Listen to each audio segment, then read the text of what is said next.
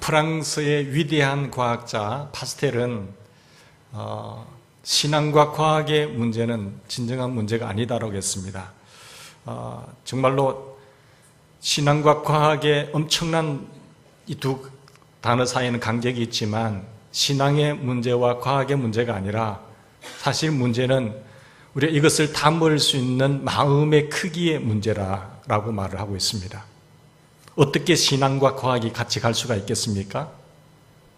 같이 갈 수가 없는 상황이죠. 그렇지만 작은 가슴에는, 작은 마음속에는 절대로 과학을 담을 수 없고 신앙을 담을 수가 없습니다. 그러나 마음이 크다고 한다면 신앙과 과학을 동시에 담을 수 있다라고 위대한 과학자 파스텔은 이야기하고 있습니다. 여러분, 작은 마음에 과학을 담아 버린다고 한다면 그 신앙은 물을 떠서 버릴 수도 있습니다. 그렇기 때문에 우리의 마음이 그렇게 중요하다는 것 아니겠습니까? 오늘 내 마음이 얼마나 큰지 작은지를 한번 살펴보았으면 좋겠습니다. 철철 넘치는 그 요단강은 도저히 인간적으로는 해결할 수 없는 그 법칙이잖아요. 근데 신앙이라고 하는, 믿음이라고 하는 그런 어떤 이 자연법을 뛰어넘는, 요단강이 갈라진다고 하는 이 기적은 자연법을 뛰어넘는 것입니다. 근데 어떻게 이 자연법을 뛰어넘을 수 있는 신앙을 가질 수가 있겠습니까? 도저히 과학적으로, 자연적으로 이해할 수 없는 상황이지 않습니까? 그렇지만 태초에 하나님이 천지를 창조하시니라 라고 하는 말씀이 믿어진다고 한다면 그 창조자 하나님이 요단 강물을 멈추게 하고 마르게 하는 것은 여러분 당연히 믿어지지 않습니까? 우주를 창조하신 하나님이 믿어진다고 한다면 우주를 만드신 하나님이 그 하나의 일부분을 통치하고 다스리며 섭리할 수가 없을까요? 마음의 문제라는 것입니다. 자연의 세계도 있지만 초자연의 세계도 있습니다. 일상도 있지만 기적도 있습니다. 그렇기 때문에 하나님은 자연과 초자연, 일상과 기적의 주인이십니다. 창조자이시면서 만유의 주제이신 분이 하나님이십니다. 우리의 마음만 크다고 한다면 신앙도 담을 수 있고 과학도 담을 수 있습니다. 여러분의 마음은 신앙과 그리고 과학의 이 두 그릇을 동시에 내 마음의 그릇에 담을 수 있겠습니까? 본문에 보면 신앙의 체험이 있습니다. 이루 말할 수 없는 앞에 난관과 눈물과 한순간 쉴 수밖에 없는 그 요단강이라고 하는 그 장애 앞에서 절망하고 낙담하는 것이 아니라 거기에서 놀라운 신앙의 체험을 한 믿음의 장본인들을 여기서 만날 수 있습니다. 오늘 7절 말씀 한번 보시겠습니다. 7절 보시면 같이 읽읍시다. 여호와께서 여호수아에게 이르시되 내가 오늘부터 시작하여 너를 온 이스라엘의 목전에서 크게 하여 내가 모세와 함께 있었던 것 같이 너와 함께 있는 것을 그들이 알게 하리라. 모세와 함께 있어서 역사하신 그 하나님을 그들이 알게 하리라. 여기서 알게 하리라고 하는 단어를 보면 그냥 지식적으로 머리로 아는 것이 아니라 삶의 체험적으로 아는 것을 이야기합니다. 뿐만 아니라 10절 말씀 보십시오. 10절 말씀에 보시면 10절 같이 읽읍시다. 또 말하되 살아계신 하나님이 너희 가운데에 계시사 가나안 족속과 헷 족속과 히위 족속과 브리스 족속과 기르가스 족속과 아모리 족속과 여부스 족속을 너희 앞에서 반드시 쫓아내실 줄을 이것으로서 너희가 알리라. 여기도 보면 너희가 알리라 했죠. 체험적 지식을 말하는 거예요. 머리에만 그렇대 라는 것이 아니라 본인이 체험하고 본인이 느꼈던 그런 경험적 지식을 말하는 것입니다. 하나님께서 가나안 7족속을 멸하신 그 놀라운 일을 과거에 함께 하셨던 모세와 함께 하셨던 하나님이 홍해를 가르신 것처럼 광야의 상황 속에서 함께 하셨던 것처럼 이 상황 속에서도 너희들도 체험하여 알게 되리라 이렇게 말씀하는 것입니다. 철철 넘치는 요단강 물이 쌓여서 위에 물은 딱 중단하고 밑에 물은 다 빠져나가는 이런 마른 땅같이 흐르는 이 기적을 누가 체험할 수가 있겠습니까? 이것은 바로 분명히 신앙의 기적 아니겠습니까? 백성들이 요단강이 갈라지고 마른 땅처럼 걷는다고 하는 것은 기적의 체험인 것입니다. 그렇다고 한다면 어떻게 이런 기적을 체험할 수 있을까요? 자연적인 일이고 우리가 인간의 노력해서 얻을 수 있는 그런 일이 아니라 일상의 속에서 기적과 자연사 속에서 초자연적인 하나님의 능력과 은총을 입을 수 있는 그런 사건 아니겠습니까? 인간의 힘으로는 도저히 할 수 없는, 해결할 수 없는 막막한 길에서 하나님의 손이 역사하시는 그런 초자연적인 신앙의 체험을 하는 우리가 되기를 바랍니다. 그렇게 하려면, 이런 체험을 하려면 지난 시간에 뭘 준비해야 된다고 하셨죠? 여전히 한 주간이 지내시면서 항상과 함께 바쁜 일상사 속에서 사실 힘들겠죠. 그러나 주여로 말씀을 묵상하고 되시는 은혜의 축복이 있기를 바랍니다. 정신을 바짝 차려야 된다 했어요. 정신을 바짝 차리려면 우리가 처음에 뭘 해야 되죠? 일찍 일어나시라는 거예요. 하나님, 그런 삶을 살지 못한 거 회개합니다. 회개하셨으면 변화가 되셔야 되잖아요. 두 번째 뭐지요? 솔선수범하는, 앞서 행하는 것입니다. 앞서 보여주는 것입니다. 세 번째는요, 성결케 하라. 자기 자신을 깨끗게 하라. 그럴 때에 하나님 이 그릇이 준비되어지면 그리고 언약궤를 바라보고 따라가셔야 돼요. 이게 준비입니다. 그럴 때에 하나님께서 역사하시고 조건적인 어떤 약속 속에서 명령하신 것에 기적이 일어나는 것, 순종을 통하여 일어나는 것이죠. 자, 여러분 8절 말씀 보십시다. 8절에 보시면 우리 같이 읽읍시다. 8절 시작. 너는 언약궤를 맨 제사장들에게 명령하여 이르기를 너희가 요단 물가에 이르거든 요단에 들어서라 하라. 그죠? 요단에 들어서라 하라. 요단에 들어서라. 철철 흘러 넘치는 그 물에 어떻게 들어설 수가 있습니까? 여러분, 이 위대한 대단한 명령입니다. 요단강은, 당시 요단강은 평소에는 너비가 30m밖에 안 돼요. 그렇지만 봄철 추수기가 되면, 우리나라와 반대지요. 우린 가을에 추수지만 봄철을 이긴 추수기입니다. 추수기가 되면 그 범람에서 1.6km가 됩니다. 넓이가 1.6km가 돼요. 한번 생각해 보십시오. 철철 넘치는 그 요단강에 1.6km의 너비의 물이 흘러가고 있는데 그게 어떻게 들어설 수가 있습니까? 수영복으로 다 갈아입어서 수영하는 것도 아니고 어린아이, 노년, 그리고 물건까지 더 들고 있는데 어떻게 들어설 수가 있겠습니까? 하나님의 명령은 그 흐르는 그 넘실대는 그 강에 들어서라 하는 거예요. 요단에 들어서라는 것 아니겠어요? 우리가 기적의 과정을 보면은 여기서 잘 살펴볼 수 있는데 기적의 주인공, 기적을 체험하려면 그 과정을 한번 잘 살펴봅시다. 언약궤를 메고 들어서라고 하는, 이건 죽으라는 거잖아요. 자연적인 상황 속에서 초자연적인 기적을 체험하려고 한다면 과학적으로 이해가 되지 않는 거예요, 이거는. 그렇지만 하나님의 명령이 주어졌습니다. 자, 기적의 첫 번째 과정이 하나님의 명령이 주어져요. 하나님의 말씀이 주어져요. 여기 보면 13절 말씀 보십시다. 하나님의 명령이 주어져 그 다음에 명령과 함께 분명한 하나님의 약속을 주십니다. 13절 같이 읽읍시다. 시작. 온 땅의 주 여호와의 궤를 맨 제사장들의 발바닥이 요단물을 밟고 멈추면 요단물 곧 위에서부터 흘러내리던 물이 끊어지고 한 곳에 사여 서리라. 여러분, 이게 믿어집니까? 요단강 물이 흘러내리던 물이 끊어지고 한 곳에 서게 되리라고 하는 이 말씀이 믿어집니까? 이 과학적으로 이해가 되지 않는, 이것은 응도당도 않는 이야기다라고 무시할 수도 있잖아요. 요단에 들어서라라고 하는 하나님의 엄청난 명령이 있어요.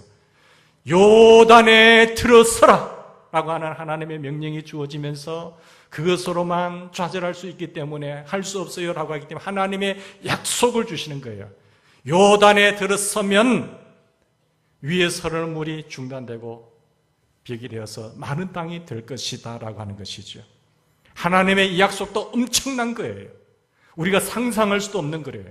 모든 문제와 장벽이 다 무너지는 것이잖아요. 하나님이 시온의 대로를 여시는 거잖아요. 하나님의 명령도 위대하고 엄청난 것이지만 하나님이 약속하고 있는 것도 하나님 대단한 것이에요. 와, 세상에 어떻게 이런 일이, 그렇게 우리를 두렵게 만들고 넘실대던 그 물이 어떻게 차단이 된단 말이냐? 우리 앞에 놓여있던 이 큰 창의 요소가 우리를 절망하게 만드는 이 문제가 어떻게 해결된단 말이냐? 와, 세상에 어떻게 이런 일이, 그죠? 여러분, 세상에 어떻게 이런 일이, 하나님의 명령과 하나님의 약속과 이것은 충격과 감탄을 우리에게 자아내게 하는 겁니다. 이게 신앙이에요. 이게 기적이죠. 사랑하는 성도 여러분, 여러분이 이 하나님의 명령이 주어진 그 시대의 여호수아라고 한다면, 수천 년 전의 사람들이지만 오늘 21세기를 살아가고 있는 오늘 우리에게 내가 여호수아라고 한다면, 내가 그 시대의 제사장이라고 한다면, 하나님의 명령이 주어졌을 때에 내가 오늘날 그 시대의 백성들이라고 한다면 200만 명이 쫙 서 있고 그 큰 장벽 앞에 놓여 있을 때에 내가 그 시대에 그 자리에 서 있다고 한다면, 그런데 하나님의 명령이 내게 주어졌다고 한다면, 하나님의 약속을 그 시대의 상황처럼 오늘 나에게 약속하고 있다고 한다면 여러분 어떻게 하시겠어요? 그게 적용이잖아요. 아이고, 이거는 목사님요, 그 시대의 사람들이지요. 하나님은 그때는 살아계시지만 오늘날은 죽었어요. 하나님은 죽었어요. 하나님 어디 계세요? 이는 과거에나 있었지, 지금 과거의 시대에, 최첨단 과거의 시대에 무슨 이런 엉뚱한 소리를 하나요? 그렇게 말하시렵니까? 아니면은 요단에 들어서라, 사랑하는 아들아, 명령할 때 주여, 주여 라고 반응할 수 있겠습니까? 여호수아 그리고 제사장처럼, 그 백성들처럼 가나안에 들어가라, 내가 그 땅을 너희에게 주었노라, 아브라함에게 약속한 땅, 그 땅을 너희들에게 주었노라, 너희들은 가나안으로 들어가라 하셨습니다. 근데 가는 길이 짧은 길이지만 하나님은 광야의 길을 돌리지 않습니까? 왜 하나님께서 광야로 돌리겠었을까요? 가나안에 들어가라, 내가 그 땅을 이미 너희에게 주었다. 그런데 너는 두려워하지 말라, 놀라지 말라, 마음을 강하게 하라, 담대히 하라, 이렇게 말씀하셨을까요? 이상하잖아요. 하나님이 주신 땅이면 그냥 들어가면 되는 건데 뭐라고 또 하나님 놀라지 말고 두려워하지 말고 내가 모세와 함께 했던 같이 이렇게 말하실까요? 사랑하는 여러분, 모세 시대에는 하나님의 명령이 주어졌을 때 사람들이 정탐꾼을 12명 보내가지고 10명의 대다수의 사람들이 선동해가지고 부정적인 말을 합니다. 우리 가보니까 똑같은 상황을 봤어요. 10명도 보고 2명도 보았어요. 여호수아와 갈렙도 봤어요. 다른 장소 본 것도 아닙니다. 똑같은 상황 속에, 똑같은 환경 속에 똑같은 사건을 만나서 보았는데 10명은 말하기를 부정적인 말을 했어요. 그 말을 들었던 200만 명의 사람들이 밤새껏 통곡하면서 하나님을 원망하고 지도자를 원망하고 이랬어요. 그래서 그들을 하나님께서는 다 징계하셨어요. 모세 시대의 사람들은 부정적인 언어와 부정적인 불신앙 때문에 하나님의 뜻을 이루지 못했어요. 그러나 똑같은 환경을 바라보고 이성적 판단을 가지고 믿음으로 반응한 여호수아와 갈렙과 그 후손들은 그 땅에 들어가고 긍정적인 말을 함으로 말미암아 하나님의 약속의 주인공들이 될 수 있었습니다. 여러분, 긍정적인 말을 하십니까? 부정적인 말을 하십니까? 여러분, 오늘 40년이 지난 그 이후에 광야 생활을 마치고 모세 시대에 사는 사람들은, 그렇게 한 시대에 사는 사람들은 하나님을 불신앙해서 불순종해서 원망하고 부정적인 말을 함으로 말미암아 그 땅의 주인공이 되지 못했어요. 40년이 지났습니다. 40년이 지나면서 모세는 그 다음 세대들에게 부지런히 하나님의 말씀을 가르쳤어요. 그리고 여호수아 시대 사람들은 똑같은 정탐꾼들이지만 정탐꾼들이 사왔습니다. 보고를 했습니다. 와, 가자고 했습니다. 여호수아와 제사장들과 관리들과 그리고 백성들이 우리는 할 수 있다라고 일시에 동시적으로 하나님의 명령 앞에 100% 순종하여서 기적을 이루어냅니다. 무슨 차이입니까? 모세 시대 사람들과 이 여호수아 시대 사람들이 40년의 흐름 속에서 무슨 차이일까요? 여러분은 혹시 불평하고 원망하지 않았습니까?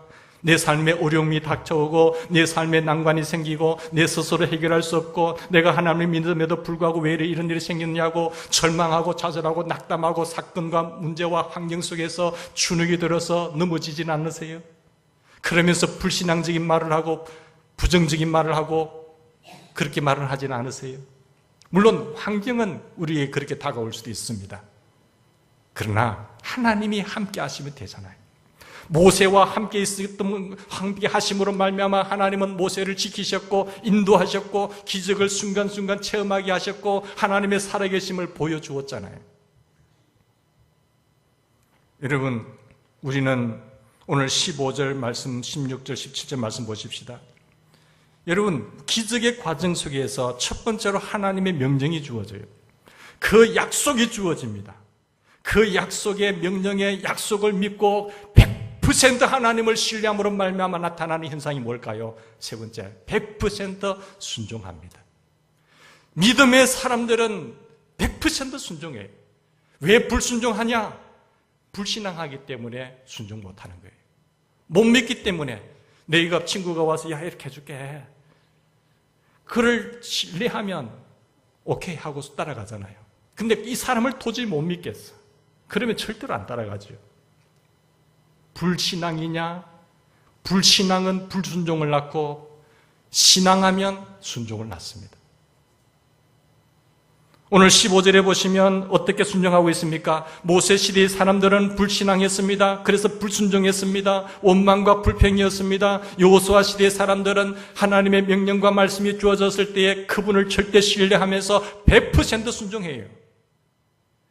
여기 15절 말씀 우리 다 같이 읽어볼까요? 15절, 요단이 곡식 거두는 시기에는 항상 언덕에 넘치더나 궤를 맨 자들이 요단에 이르며 궤를 맨 제사장들의 발이 물가에 잠기자.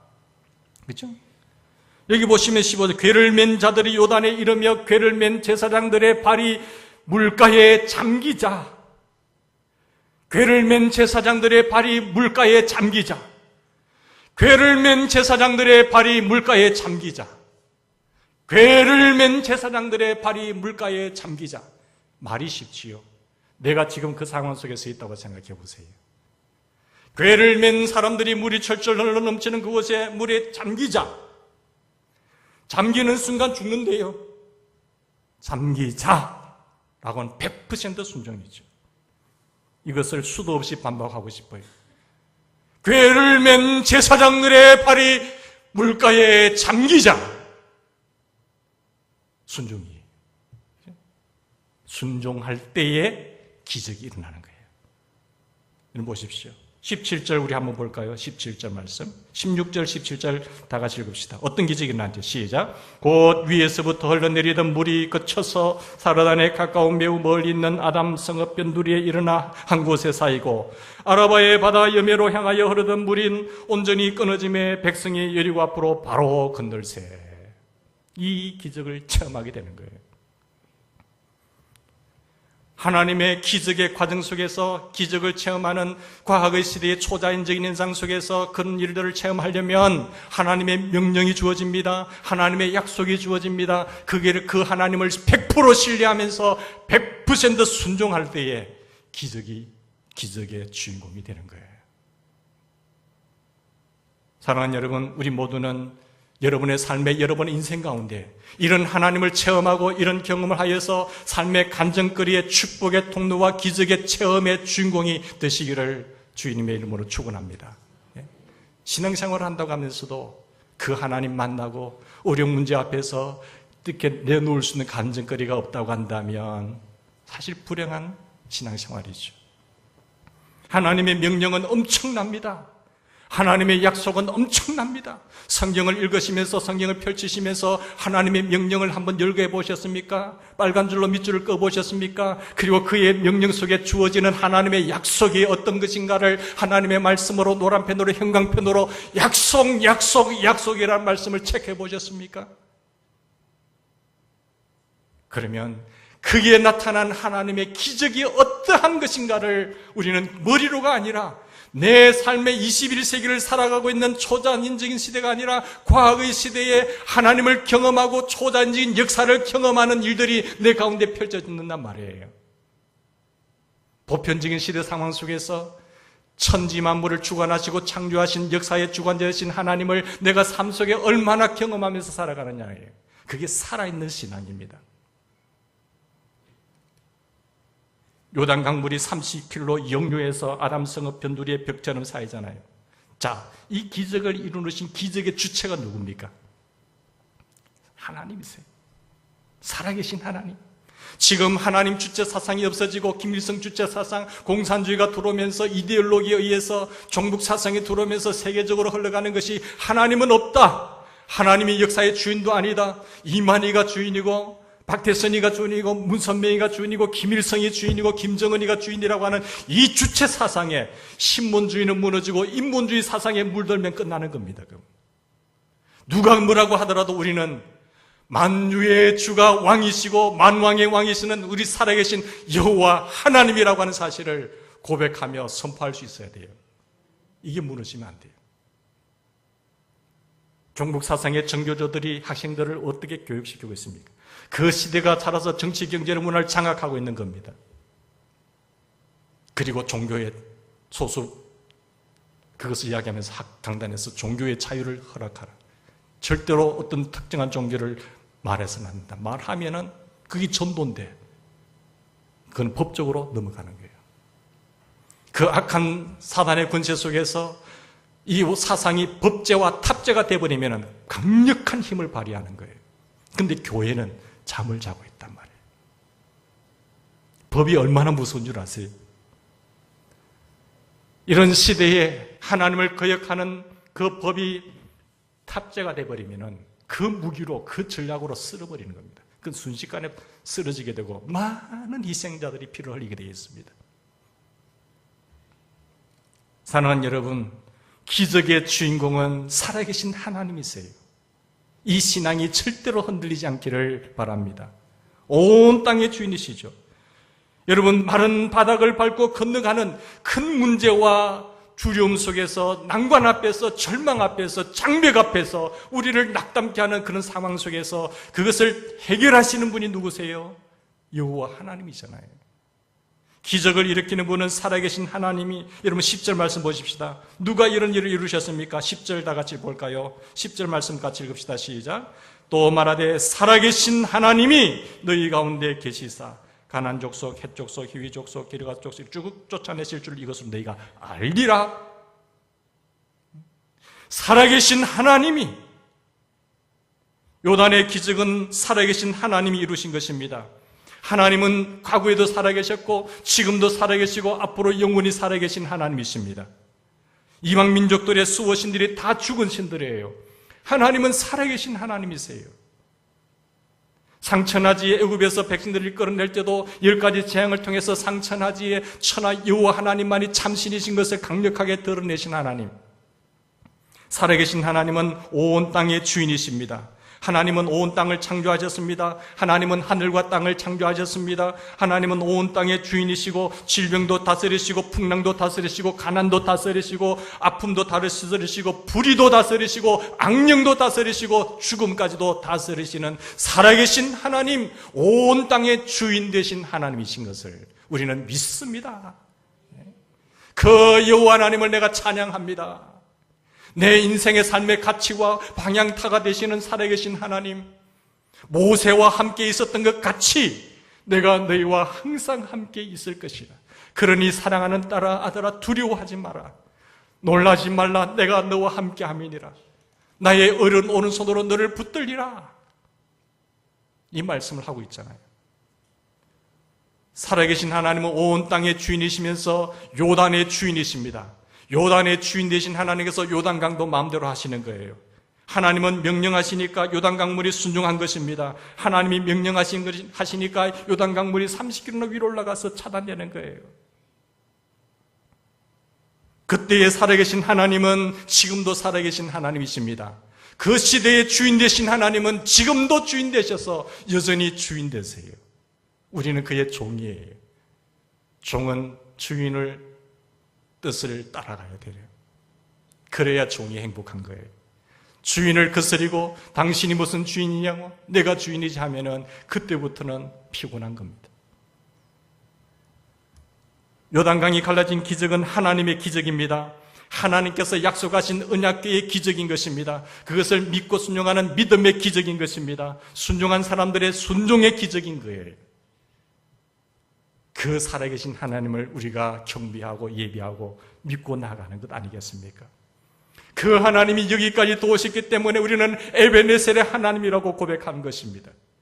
에베네셀의 하나님으로 끝나는 것입니까? 지금 현재에도 우리와 늘 함께 하시는 임마누엘의 하나님이잖아요. 뿐만 아니라 이 모든 것을 준비해 놓고 예비해 놓으시고 우리에게 안겨주기 위해서 예비하시는 여호와 이레의 하나님, 이런 하나님을 만날 수 있는 비결이 무엇인가요? 당연히 믿음이죠. 그 믿음이 있다고 한다면 100% 순종하는 것입니다. 거기에 기적이 있나요? 저는 우리와 함께 계시는 살아계신 하나님, 온 땅의 주인 되신 하나님을 믿습니다. 여러분도 동일하게 이런 믿음을 갖고 살아가는 줄 믿습니다. 저는 요단강이 갈라지는 기적을 기록한 그대로 믿는 것입니다.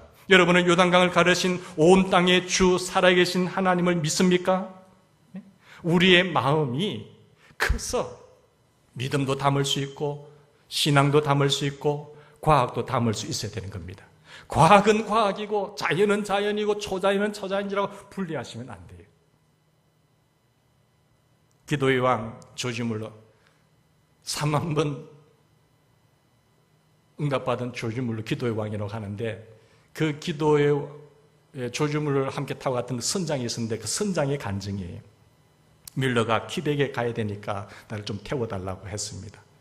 근데 약속 시간에 좀 빨리 가야 되니까 좀 몰아달라. 근데 이 선장이 지금 뭘 하고 말하는가 하고, 지금 그 시간 안에 못 간다고, 지금 밖에 상황을 보시라고, 안개가 자욱하게 끼었고 배가 지금 중심을 잡지 못하고 어디로 속도를 낼 수 없는데 그 시간에 갈 수 없다고, 뻔히 보인다고 한다면 쾌속을 해서 갈 수 있겠지만 지금은 안개가 자욱해서 안 된다고. 된다고. 내가 기도할 테니까 좀 준비해달라고. 그렇게 말하니까 저 어느 정신병원에서 나와가지고 저 엉뚱한 소리 하고 있느냐고 선장이 중얼거리면서 한 거예요. 근데 내가 기도할 테니까 배를 몰으라고. 선실 밑에 들어가서 열심히 밀로는 기도합니다. 하나님, 제가 거기 가야 되는데 57년 동안 함께 하신 하나님, 나는 약속을 어긴 적이 없고 내가 그 살아계신 하나님을 믿고 나왔습니다. 기도하는 거예요. 같이 기도하자니까 기도하지 않는 거예요. 지금 상황 보세요. 안개가 자욱하잖아요. 당신은 그 안개를 바라보고 있지만은 나는 안개까지 주관하시는 살아계신 하나님을 바라보고 나는 그 하나님과 지금까지 왔기 때문에 나 그 하나님을 믿노라고. 계속 기도하자고. 저도 기도해 볼까요? 믿지 않고 기도하는 것은 들어주지도 않으니까 너 기도하지 마. 너 혼자 기도할 때. 기도하고 나오니까 안개가 그치기 시작하는 거예요. 선장이 그때서야 하나님의 살아계심을 본 거예요. 그게 나중에 간증한 건 아니겠습니까? 여러분, 기적의 그 체험의 공식이 있습니다. 기적 체험의 공식 하나. 여러분, 요단강이 갈라진 기적이나 안개가 그친 기적이나 그 기적의 공식이 뭔지 아세요? 뭘까요? 하나님의 말씀이 주어지고 하나님의 약속이 주어진 거예요. 말씀 플러스 약속, 믿음 플러스 순종하면 이꼬로 기적을 체험하게 돼요.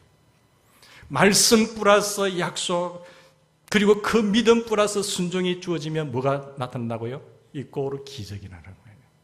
이 공식은 성경 전체 흐름의 핵심입니다. 하나님의 말씀에 약속이 있습니다. 그리고 그 믿음 플러스 순종이 되면 거기에 기적이 나타나요. 여러분, 구원과 은혜는 하나님의 은혜의 선물이에요. 근데 기적의 주인공이 된다, 축복의 주인공이 된다는 것은 반드시 이 공식을 따라가셔야 돼요. 교회 안에 들어온다고 해서 다 이런 기적을 체험하는 건 아닙니다. 하나님의 명령과 상황을 보지 마세요. 하나님의 명령과 하나님의 약속을 믿고 플러스 순종할 때에, 그 믿음을 가지고 순종할 때에 기적이 되는 거예요.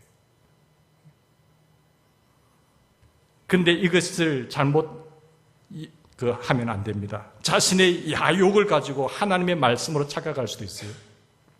분명히 자기 자신의 야욕인데 하나님의 말씀이라 착각할 수 있고, 자신의 망상을 하나님을 믿는 믿음이라고 착각할 수도 있어요. 맹신을 믿음이라고 잘못 착각할 수도 있고, 만용을 순종이라고 착각할 수도 있어요. 그것은 아니에요. 순종인지 믿음인지 망상인지 만용인지 맹신인지를 구분하셔야 돼요. 분명히 하나님의 말씀이 아니고 자기 욕심인데 하나님의 말씀이라고 말하는 거예요. 열왕기하 22장에 보면 여러분, 아합 왕과 유다 왕과 이스라엘 왕 아합 왕과 여호사밧 왕이 가짜 선지자들 속에서 가짜 말씀을 붙잡고 가짜 약속을 믿고 나가다가 참패를 당하지 않습니까? 그래도 유다 왕 여호사밧은 결국 근데 겨우 살아남아요. 북쪽 이스라엘 아합 왕은 죽잖아요. 개에 핥는 것 같이 창피를 보잖아요. 낭패와 실망 당한 거예요. 야망 플러스 망상, 맹신 플러스 만용하면 낭패와 실망을 당하는 거예요. 말씀 플러스 약속, 믿음 플러스 순종이 되어야 기적을 체험하게 되는데, 여러분, 그것이 잘못되어서 야망과 망상 그리고 맹신과 만용하면 그게는 낭패와 실망뿐인 거예요. 그러니까 이걸 잘 구분하셔야 돼요. 아합 왕이 망함으로 말미암아 그것은 한 나라의 패망이었습니다. 한 나라의 낭패와 한 나라의 망신인 거예요. 개인이 가짜 약속을 맹신하고 만용을 부리다가 낭패와 실망을 당합니다. 회사의 기업의 회장이 맹신과 그리고 가짜 야망을 가지고 꿈꾸다가 낭패와 실망을 당하는 것. 그것은 회사 한 사람의 회장님의 낭패와 실망이 아니라 회사 전체의 실망과 망신이에요. 과대망상증 환자가 의외로 믿는 사람들 중에 얼마나 많다는 사실을 아세요? 그게 믿음이라고 해. 그렇잖아요. 잘 믿는다고 하는 사람들 가운데 과대망상증 환자가 많단 말이에요. 믿음이라고 착각하고 있어요. 요즘 악령이 얼마나 발악하고 있는지 아시지 않습니까? 악령이 준 것을 성령의 준 것으로 착각하는 사람들이 상당수 있습니다. 그래서 교회가 사회와 가정에 문제를 일으키는 사람들이 많아요. 악령이 제때가 얼마 남지 않은 줄 알고 악령이 발악을 하고 있거든요. 사탄 충만한 세상 속에서 우리가 깨어있지 아니하면 우리는 넘어질 수밖에 없어요. 맹철한 분별력이 있어요. 무엇으로 분별하세요? 우리가 깨어있는 자들이 되기를 바랍니다. 분별력이 있는 자들이 되기를 바랍니다. 맹신과 만용을 따라서 따라가다 보면은 자기 야욕에 따라서 그건 낭패와 실망뿐인 거예요. 우리는 하나님의 말씀에 근거해서 하나님을 믿습니다. 하나님의 약속을 믿고 순종합니다. 그때에 하나님이 원하시는 기적을 체험하고 신앙을 체험하게 되고 우리는 기적을 체험하는 것이죠. 바로 알고 바로 믿을 때에 우리는 기적을 체험하게 되는 것입니다. 의심은 가로막는 장애물을 보지만 믿음은 터져 있는 길을 보는 것입니다. 의심은 어두움을 보지만 믿음은 밝은 낯을 봅니다. 의심은 한 걸음 떼는 데는 두려워하지만 믿음은 높이 날아오르는 것입니다. 의심은 누가 믿어 그것을? 누가 믿어 이 시대에? 그렇게 말을 하지만 질문하지만 믿음은 내가 믿지라고 말하는 것 아니겠습니까? 그게 살아있는 믿음이에요. 아브라함은 하나님의 명령을 받았습니다. 하나님의 약속을 믿었습니다. 그리고 갈 바를 알지 못할 때 하나님의 말씀을 따라서 가서 축복의 통로가 되는 거예요. 믿음의 아버지가 된 거예요. 얼마나 엄청난 명령입니까? 두려운 명령 아닙니까? 본인은 거기에 거주하기를 원했지만 고향 친척 아비집을 떠난다고 하는 것은 자기에게는 죽음의 순간이에요. 고통의 명령인 것입니다. 그러나 살아계신 하나님의 명령을 쫓아서 그 약속을 믿고 순종하며 나갈 때에 하나님은 준비하셨고 그를 몹시 들으셨고 복되게 하신 거잖아요. 우리 예수님 한번 바라보세요. 예수님은 하나님께서 그에게 명령하셨습니다. 너는 십자가를 지어라. 인류의 죄를 위해서 십자가를 지어야 된다. 엄청난 명령이잖아요. 죽음을 각오한 명령이잖아요. 여러분, 저와 여러분 같으면 그게 순종할 수 있겠습니까? 그러나 그 명령에 하나님을 신뢰하면서 순종합니다. 그리고 부활합니다. 그리고 성천하셨습니다. 성령께서 함께 하시는 거예요. 하늘 높은 보좌 위에까지 올라가셨지 않습니까? 하나님의 뜻을 이루게 되고 하나님께 영광이 되고 하나님께서는 그를 지극히 높이셔서 천하 만물이 그분 앞에 복종하게 되는 그런 권세자가 되는 것을 보게 됩니다. 우리가 하나님의 약속을 믿고 기도하면 놀라운 기적을 체험하는 줄 믿습니다. 여러분의 상황 속에, 여러분의 인생 속에, 여러분 문제 앞에 두려워하지 마세요. 우리를 연단하는 과정에 나의 가는 길을 오직 그가 아시나니 나를 단련한 후에 정금 같게 하리라. 가나안 땅으로 쉽게 갈 수 있는 길이 있지만 하나님은 그들에게 중요한 것은 가나안을 정복할 수 있는 신앙생활, 칠족속, 불신앙적을 정복할 수 있는 힘이 믿음이기 때문에 하나님은 일부러 광야의 길을 선택해서 거기에서 믿음의 훈련을, 믿음의 그릇을 준비해 가지 않습니까? 그럴 때에 그 땅이 축복의 땅이 되는 겁니다. 하나님은 우상을 만들지 말라고 했습니다. 하나님 앞에 절하지 말라고 명령했다고 합시다. 그 명령 앞에 순종할 수 있기를 바랍니다. 그러면 1000대까지 은혜를 베풀 것이고 나를 거역하는 자에게는 3세대까지 저주를 내릴 것이라고 말씀하셨잖아요. 믿음과 착한 양심을 가지라고 명령하셨습니다. 남의 빚을 떼어먹고 모른 채 하면 당연히 양심에 걸려야 되잖아요. 근데 착한 양심을 가지라고 했음에도 불구하고 시간이 흐르면서 잊어버리고 갚지도 않고 양심에 화인 맞아가지고 양심이 무뎌져가지고 그 양심을 다 잃어버리면 어떻게 될까요? 신앙생활도 마찬가지예요. 처음에는 한돈 두 번 빠지는 것이 양심이 되고 그렇게 이러면 안 되지 하다가도 그것이 습관화가 되고 그것이 이제 마음이 되고 나중에 되면 대수롭지 않게 아이고 내가 뭐 지도자가 되어가고도 뭐 그 대수롭지 않게 생각해요. 양심을 잃어버린 사람들이에요. 양심에 화이 맞아버리면 그 감각이 없다니까요. 처음에는 미안한 척 하다가 하나님께 회개도 하다가 나중에는 또 더하게 나와요. 여러분, 양심을 저버리면 믿음의 안테나가 사라져버려요. 믿음의 안테나가 없으니까 하나님의 말씀이 들어오질 않습니다. 말씀이 들어가지 않으니 그 사람이 믿어도 10년 믿어도 변합니까? 변하지 않아요. 양심을 잃어버리게 된 거예요. 선한 양심을 지키라고, 믿음과 선한 양심을 지키라고, 가지라고 그렇게 명령하고 있음에도 불구하고 그것을 잃어버리니까 그러면서 10년 교회 다니면 뭐합니까? 변화가 하나도 없는데 믿음의 안테나가 없단 말이에요. 교회 보면 어떤 때는 보면 개수위원들이 입마에 포켓하는 사람도 있어요. 그래서 그 개수실에, 회계실에 CCTV를 달아놨거든요. 참 불행이지요. 믿고 맡겼는데 거기 있어. 회개하는 분들은 절대로 교회 재정에 손댄다고 생각하면 죽는 겁니다. 그거는. 세월이 흐르면 모르겠지. 다 하나님이 갚으시는 거예요. 내가 기관의 회개를 하든지 교회의 재정을 본다든지 정직하셔야 돼요. 정직해. 우리 교회는 그런 게 우리 교회를 보시면 하면 안 됩니다. 누굴까 또 뭐 생각하지 말고 저쪽 이웃교회. 이렇게 그렇게 선한 양심을 가지자는 거예요. 주님 앞에서 선한 양심을 가질 때에 사랑하는 여러분, 우리 앞에 철철 흐르는 요단강이 있었어요. 여러분의 인생에 지금 정말로 그 문제 때문에 그 장벽 앞에서 불안에 떨고 있지는 않으세요? 오늘 이 말씀을 붙잡고 기적의 주인공이 되기를 주의 이름으로 축원합니다. 같이 기도하십시다.